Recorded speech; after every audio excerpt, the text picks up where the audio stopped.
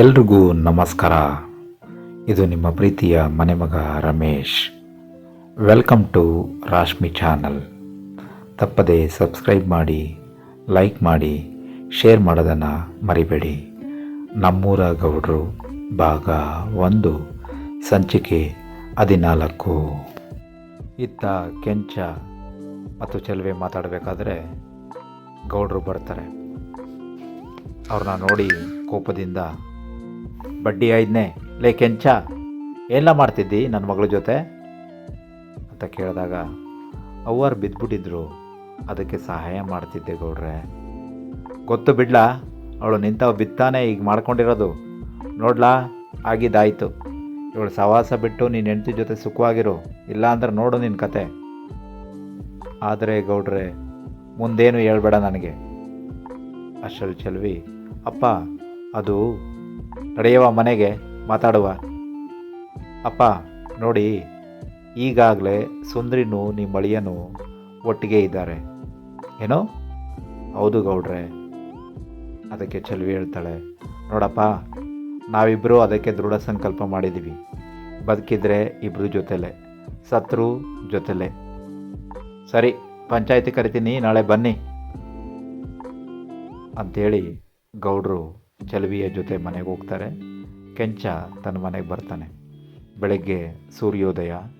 ಮಾದ ತಮಟೆ ಹಿಡಿದು, ಕೇಳ್ರಪ್ಪೋ ಕೇಳಿ, ಕೇಳ್ರಪ್ಪೋ ಕೇಳಿ, ಎಲ್ಲರೂ ಪಂಚಾಯತಿ ಕಟ್ಟೆಗೆ ಬರಬೇಕಂತೆ ಕಣ್ರಪ್ಪೋ, ಈಗಲೇ ಬರಬೇಕಂತೆ ತಪ್ಪದಂಗೆ ಅಂತ ಸರಿಯಾಗಿ 6 ಗಂಟೆ ಸಮಯ ಸಾರ್ಕೊಂಡು ಹೋಗ್ತಾ ಇರ್ತಾನೆ. ಎಲ್ಲ ಜನಗಳು ಬಂದು ಕುತ್ಕೊತಾರೆ. ಕುತ್ಕೊಂಡು ಕೇಳಬೇಕಾದ್ರೆ ಗೌಡ್ರು ಮನ್ನಿಸಬೇಕು ಅಂಥೇಳಿ ಕೈ ಮುಗಿತಾರೆ. ಇವತ್ತು ಪಂಚಾಯಿತಿ ಸೇರಿರೋದು ನನ್ನ ಮತ್ತು ಮಾದನ ವಿಷಯವಾಗಿ, ಅದಕ್ಕೆ ನೀವೇ ನ್ಯಾಯ ಕೊಡಬೇಕು ಅಂಥೇಳಿ ಜನರಲ್ ವಿನಂತಿ ಮಾಡ್ಕೋತಾರೆ. ಏನು ವಿಷಯ ಹೇಳಿ ಗೌಡ್ರೆ ಅಂತ ಜನರು ಕೇಳ್ತಾರೆ. ಅದಕ್ಕೆ ಗೌಡ್ರು, ವಿಷಯ ಇಷ್ಟೇ, ನನ್ನ ಮಗಳು ಚೆಲುವಿ ಮಾದನ ಮಗ ಕೆಂಚ ಇಷ್ಟಪಟ್ಟು ಅವನ ಜೊತೆ ಬಾಳ್ವೆ ಮಾಡಬೇಕಂತೆ. ಹಾಗೆ ಮಾದನ್ ಸೊಸೆ ಸುಂದ್ರಿ ನನ್ನ ಅಳಿಯ ರವಿ ಮಾಮನ ಜೊತೆ ಬಾಳ್ವೆ ಮಾಡಬೇಕಂತೆ. ಜನರೆಲ್ಲ ತಬೀಬಾಗಿ, ಏನು ಗೌಡ್ರೆ, ಏನು ಮಾತಾಡ್ತಿದ್ದೀರಾ? ಅದಕ್ಕೆ ಗೌಡ್ರು, ಇದೇ ಸತ್ಯ, ನೀವೇ ಹೇಳಿ ಏನು ಮಾಡೋದು. ಅಷ್ಟರಲ್ಲಿ ಜನರಲ್ಲೊಬ್ಬ ಎದ್ದು ನಿಂತ್ಕೋತಾನೆ. ನಿಂತ್ಕೊಂಡು, ಸಾಯಿಸ್ಬಿಡಿ ಗೌಡ್ರೆ, ಇಂಥ ಮಗಳು ಅಳಿಯನಿಂದ ನಮ್ಮ ಜಾತಿ ಕಳಂಕ ಬರ್ತಿದೆ. ಮತ್ತೊಬ್ಬ ಹೇಳ್ತಾನೆ, ಊರಿನಿಂದ ಬಹಿಷ್ಕಾರ ಹಾಕಿ ಗೌಡ್ರೆ. ಇನ್ನೊಬ್ಬ ಹೇಳ್ತಾನೆ, ನನಗೇನಾರ ಇಂಥ ಮಗಳಿದ್ದಿದ್ರೆ ನೇಣಾಕಿ ಸಾಯಿಸ್ಬಿಡ್ತಿದ್ದೆ. ಜನರೆಲ್ಲ, ಹೌದು, ಅದೇ ಸರಿಯಾದ ನಿರ್ಧಾರ. ಅದಕ್ಕೆ ಚೆಲುವಿ, ಯಾವುದು ಸರಿ?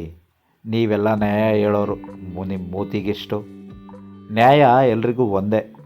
ನೀವು ಮಾಡ್ಕೊಂಡಿರೋ ಜಾತಿಗೆ ನಾವ್ಯಾಕೆ ಬಲಿಯಾಗಬೇಕು? ಪ್ರತಿಯೊಬ್ಬರಿಗೂ ಅವರದೇ ಆದ ಸ್ವಾತಂತ್ರ್ಯ ಇದೆ, ಆಕಾಂಕ್ಷೆ ಇದೆ. ಯಾರಲ್ಲಿ ಸುಖ, ಶಾಂತಿ, ನೆಮ್ಮದಿ ಸಿಗುತ್ತೋ ಅಲ್ಲಿ ಹೋಗಿ ಬಾಳೋ ಅಧಿಕಾರ ಅವರಿಗಿದೆ.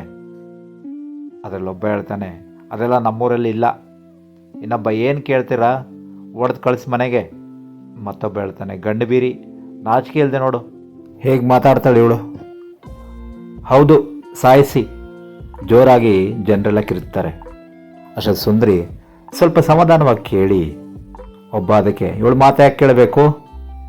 ಇನ್ನೊಬ್ಬ ಹೇಳ್ತಾನೆ, ಕೀಳು ಜಾತಿಯವರು ಇಲ್ಲಿ ಬರೋದೇ ಅಪರಾಧ, ಅಂಥದ್ರಾಗೆ ಇವರು ಗಂಡ ಹೆಂಡತಿಗೆ ಎಷ್ಟು ಧೈರ್ಯ? ಮತ್ತೊಬ್ಬ ಹೇಳ್ತಾನೆ, ಸಾಯಿಸಿ, ಎಲ್ಲರನ್ನೂ ಸಾಯಿಸಿ, ಆಗಲಾದರೂ ನಮ್ಮವ್ವ ಮಾರವನ ಹಬ್ಬ ನೆಮ್ಮದಿಯಿಂದ ನಡೆಯುತ್ತೆ. ಅದಕ್ಕೆ ಗೌಡ್ರು, ಸಾವಧಾನ ನೋಡ್ರಪ್ಪ, ಕೊಲೆ ಬಹಿಷ್ಕಾರದಿಂದ ಏನೂ ನಡೆಯಲ್ಲ. ಇದಕ್ಕೆ ಶಾಶ್ವತ ಪರಿಹಾರ ಅಂದರೆ ಅವರವರು ಇಷ್ಟಪಟ್ಟವ್ರ ಜೊತೆ ಅವರವರ ಮದುವೆ ಮಾಡಿಬಿಡೋಣ. ಅದಕ್ಕೊಬ್ಬ ಹೇಳ್ತಾನೆ, ಏನು ಗೌಡ್ರೆ, ಊರಿಗೆ ಒಳ್ಳೇದು ಮಾಡೋ ನೀವೇ ಕೆಡಕ್ಕೆ ಬಯಸ್ತೀರಾ? ಇನ್ನೊಬ್ಬ, ಹೋಗಿ ಆ ಮಾದ ದುಡ್ಡಿಗಾಗಿ ಹೊಲಿಸ್ತೀನೋನು, ಅವನನ್ನು ಬೀಗ ಮಾಡ್ಕೋತೀರಾ ಗೌಡ್ರೆ? ಮತ್ತೊಬ್ಬ ಹೇಳ್ತಾನೆ, ನಮ್ಮ ಜಾತಿಗೆ ಕಳಂಕ ಗೌಡ್ರೆ, ನಾವು ಒಪ್ಪಕ್ಕಿಲ್ಲ. ಜನರಲ್ಲ, ಹೌದು ಗೌಡ್ರೆ, ಅದೆಲ್ಲ ಆಗೋದಿಲ್ಲ. ಅದಕ್ಕೆ ಗೌಡ್ರು ಹೇಳ್ತಾರೆ, ನಿಮ್ಮಿಷ್ಟ, ನಾನು ಮಾತ್ರ ಇದಕ್ಕೆ ಸಂಪೂರ್ಣ ಒಪ್ಪಿಗೆ ನೀಡಿದ್ದೇನೆ. ಗೌಡ್ರ ಮಾತಿಗೆ ಬೆಲೆ ಕೊಟ್ಟು ಊರಿನ ಜನ ಒಲ್ಲದ ಮನಸ್ಸಿನಿಂದ ಅವ್ರ ಮದುವೆಗೆ ಒಪ್ಪಿಗೆ ಸೂಚಿಸಿದ್ರು. ಮಾದ ಗೌಡ್ರು ಇಬ್ಬರು ಬೀಗರಾದರು. ಜಾತೀಯತೆ ಎಂಬ ಗೋಡೆಯನ್ನು ಕಳಚಿ ಮನುಷ್ಯತ್ವದ ಮೌಲ್ಯವನ್ನು ಹೆಚ್ಚಿಸಿದರು. ಊರಿನ ಹಬ್ಬ, ಮಾರಮ್ಮನ ಹಬ್ಬ ಸುಗಮವಾಗಿ ಎಲ್ಲ ಜಾತಿಯ ಜನಾಂಗದಿಂದ ನಡೆಯಿತು. ಹಾಗೆ ಇದನ್ನು ಸಹಿಸಲಾರದ ಕೆಲವು ಜನ ಮಾದನ ಮತ್ತು ಗೌಡ್ರ ಸಂಸಾರದ ಮೇಲೆ ಕಿಚ್ಚು ಕಾರಿದ್ರು. ಕೆಂಚ: ಚೆಲ್ವಿ, ಇವತ್ತು ಸುಂದ್ರಿ ಮನೆಗೆ ಊಟಕ್ಕೆ ಹೋಗೋಣ. ಚೆಲ್ವಿ ಅದಕ್ಕೆ ಸರಿ ಕೆಂಚ, ಹೋಗೋಣ. ರಾತ್ರಿ 9 ಗಂಟೆ ಸಮಯ. ಕೆಂಚ, ಚೆಲ್ವಿ, ರವಿಮಾಮ, ಸುಂದ್ರಿ, ತಾಯವ್ವ, ಗೌಡ್ರು, ಮಾದವ ಎಲ್ಲರೂ ಒಟ್ಟಿಗೆ ಊಟ ಮಾಡಿ ಸಂತಸದಿಂದಿದ್ರು. ಸರಿಯಾಗಿ 11 ಗಂಟೆ. ಎಲ್ಲರೂ ನಿದ್ದೆ ಹೋಗಿರುವ ಸಮಯದಲ್ಲಿ ಊರಿನ ಜನ ಮನೆಗೆ ಬೆಂಕಿ ಇಟ್ಟರು. ಎಚ್ಚರಗೊಂಡು ನೋಡಿದಾಗ ಬೆಂಕಿ ಉರಿತಿತ್ತು. ಬೆಂಕಿ, ಅಯ್ಯೋ ಬೆಂಕಿ ಅಂತ ಗೌಡ್ರು ಕಿರ್ಚಿದ್ರು. ತಾಯವ್ವ ಎದ್ದು, ಏನು ಸ್ವಪ್ನದಲ್ಲಿ ಬಂತಾ? ಇಲ್ಲ ಕಣೆ ತಾಯಿ, ಯಾರೋ ಕಿಡಿಗೇಡಿಗಳು ಬೆಂಕಿ ಹಚ್ಚಿದ್ದಾರೆ. ಅಷ್ಟರಲ್ಲಿ ಸಂಪೂರ್ಣವಾಗಿ ಮನೆ ಬೆಂಕಿಯಿಂದ ಆವೃತವಾಗಿತ್ತು. ಹೇಗೋ ಗೌಡ್ರು ತಾಯವನ್ನು ಬಚಾವ್ ಮಾಡಿ ಹೊರಬಂದಿದ್ರು. ಅಷ್ಟರಲ್ಲಿ ಮಾದವ್ವ, ಕೆಂಚ, ಚೆಲುವಿ, ರವಿಮಾಮ, ಸುಂದ್ರಿ ಚೀತ್ಕಾರದಿಂದ ಬೆಂದು ಹೆಣವಾದರು. ಗೌಡ್ರು ಚೀತ್ಕಾರ: ಅಯ್ಯೋ ದೇವರೇ, ಈ ಜಾತಿಯನ್ನು ಬೆಂಕಿ ನನ್ನ ಊರಲ್ಲಿರೋವರೆಗೂ ಇಂಥ ಸಹೃದಯ ಮನುಷ್ಯರಿಗೆ ಸ್ಥಳ ಎಲ್ಲಿದೆ? ತಾಯವ ಚೀತ್ಕಾರದಿಂದ: ಮನೆ ಕಾಯೋಗ, ಮನೆ ಮುರಿದು ಬಾಗ್ಲಾಗ, ಬೆಂಕಿ ಹಾಕ್ಲಿ, ಬೆಂಕಿ ಬೀಳಲಿ ಇವ್ರಿಗೆ, ಎಕ್ಕುಟ್ಟೋಗ ಅಂತ ಶಾಪ ಹಾಕ್ತಾಳೆ. ಮಾರನೆಯ ದಿವಸ ಗೌಡ್ರು ತನ್ನ ಹೆಂಡತಿಯ ಜೊತೆ ಊರು ಬಿಟ್ಟು ಹೊರಡಲು ಮುಂದಾಗ್ತಾರೆ. ಇಲ್ಲಿಗೆ ಭಾಗ 1 ಮುಕ್ತಾಯಗೊಳ್ಳುತ್ತೆ. ಭಾಗ 2ಕ್ಕೆ ದಯಮಾಡಿ ಸಬ್ಸ್ಕ್ರೈಬ್ ಮಾಡಿ, ಲೈಕ್ ಮಾಡಿ, ಹೀಗೆ ಶೇರ್ ಮಾಡ್ತೀರಿ. ಕಾತುರತೆಯಿಂದ ಕಾಯ್ತಾಯಿರಿ. ಧನ್ಯವಾದಗಳು.